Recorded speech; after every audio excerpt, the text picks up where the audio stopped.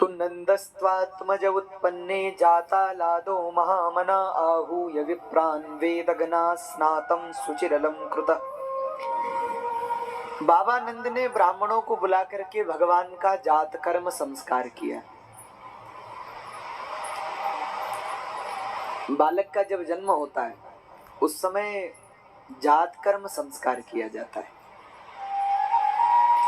पहले के समय में पुरोहित गण जो होते थे वो होने वाले बालक के 16 संस्कारों को संपन्न करवाते थे।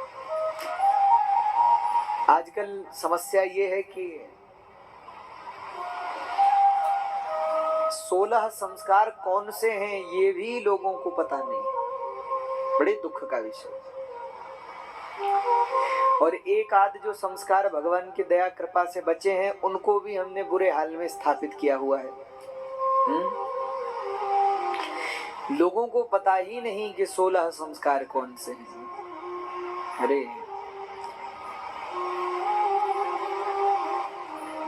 और यज्ञोपवीत आदि जो कुछ प्रचलित और विशेष संस्कार थे वो भी अब धीमे धीमे नष्ट होते जा रहे हैं।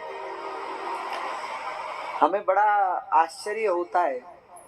एक समय था जब मुगलों का शासन था यहाँ, तो मुगलों में एक राजा हुआ जिसने सनातन धर्म को क्षति पहुंचाने के लिए जिन लोगों ने यज्ञोपवीत धारण किए थे तो वो यज्ञोपवीत उतरवा लेता था। तो कहते हैं उसने एक बार काशी में कई ब्राह्मणों के यज्ञोपवीत उतारे, जिन्होंने नहीं उतारे उनके सिर उतार दिए गए, सिर काट दिए गए। और कहते हैं उस समय यज्ञोपवीत का इतना ढेर लग गया कि कई दिनों तक यज्ञोपवीत जलते रहे। लेकिन आज अगर सोच के देखो कि अगर यज्ञोपवीत इकट्ठे किए जाएं तो कितने होंगे बताओ। हाँ, वो तो ब्राह्मणों के बेचारों की कृपा है कि वो पूजा में जैसे तैसे पहना देते हैं कि भाई अभी तो पहन लो कम से कम। और उसमें भी महाराज यजमान बेचारे यही सोचते हैं कि इसको उतारना कब है, अब ये बताओ। हाँ? आजकल यज्ञोपवीत संस्कार आचार्य जी होता है विवाह के समय, करते हैं कि नहीं?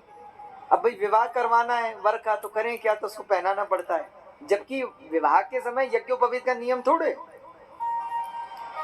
अरे ब्राह्मण के बालक का यज्ञोपवीत 5 से 8 वर्ष की उम्र में हो जाना चाहिए। क्षत्रिय के बालक का यज्ञोपवीत 8 से कई लोग 11 मानते हैं, कई लोग 12 वर्ष मानते हैं। और वैश्य के पुत्र का यज्ञोपवीत 12 से 16 वर्ष के मध्य हो जाना चाहिए।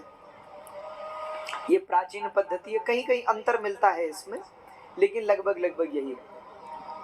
लेकिन महाराज आजकल तो माता पिता भी यज्ञोपवीत नहीं करवाना चाहते अपने बच्चों का। यज्ञोपवीत होना चाहिए।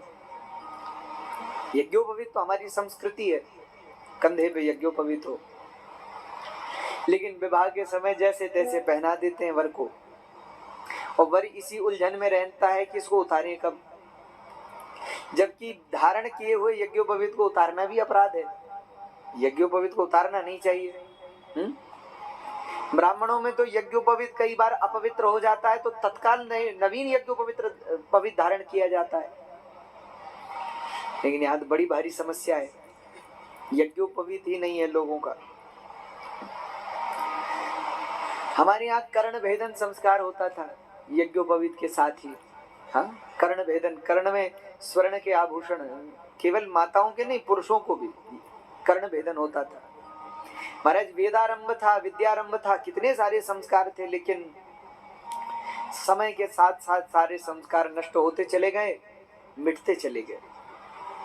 बालक के जन्म के समय में जात कर्म संस्कार किया जाता था, और बाबा नंद ने तो वाचयित्वा स्वस्त्ययनम जात कर्मात्मजस्य वै और कारयामास विधिवत पितृदेवार्चनम तथा।